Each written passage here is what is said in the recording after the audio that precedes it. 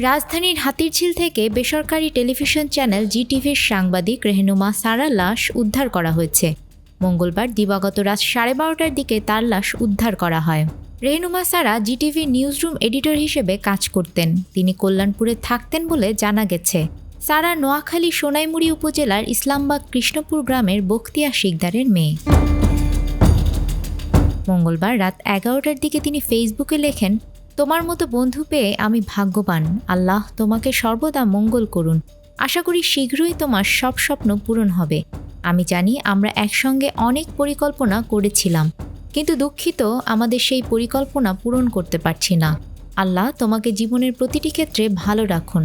তবে এর কিছুক্ষণ আগেও আরও একটি পোস্টে তিনি লেখেন, জীবন মৃত হয়ে বেঁচে থাকার চেয়ে মরে যাওয়াই ভালো। সারার স্বামী সায়েদ শুভ্র এ প্রসঙ্গে বলেন, সম্পর্কের মাধ্যমে 7 বছর পূর্বে আমরা পরিবারকে না জানিয়ে বিয়ে করেছিলাম। গতকাল সারা অফিসে গিয়ে রাতে আর বাসায় না ফিরে এক ব্যক্তিকে দিয়ে রাত 10:30টার দিকে বাসা ভাড়ার টাকা পাঠিয়ে দিয়েছিল। তিনি আরও বলেন, পরে আমি তাকে ফোন করে বলি, রাতে তো তুমি বাসায় আসতে, তাহলে অন্যকে দিয়ে কেন টাকা পাঠিয়েছ?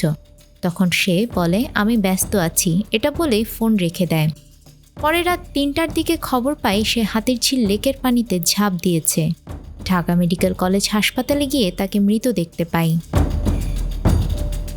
স্বামী স্ত্রীর সম্পর্কের বিষয়ে তিনি জানান, আমাদের মধ্যে কোনো ঝগড়াও হয়নি, তবে বেশ কিছুদিন আগ থেকে আমার স্ত্রী বিচ্ছিন্ন হয়ে যেতে চাইছিলেন।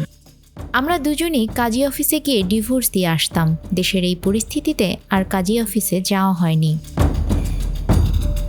রেহনুমাকে উদ্ধার করে হাসপাতালে নিয়ে যাওয়া পথচারী সাগর জানান, ওই নারীকে ঝিলের পানিতে ডুবতে দেখেন তিনি। এরপর তাকে উদ্ধার করে ঢাকা মেডিকেলে নিলে কর্তব্যরত চিকিৎসক পরীক্ষা নিরীক্ষা করে তাকে মৃত ঘোষণা করেন। নিউজ ডেস্ক, আমাদের সময়।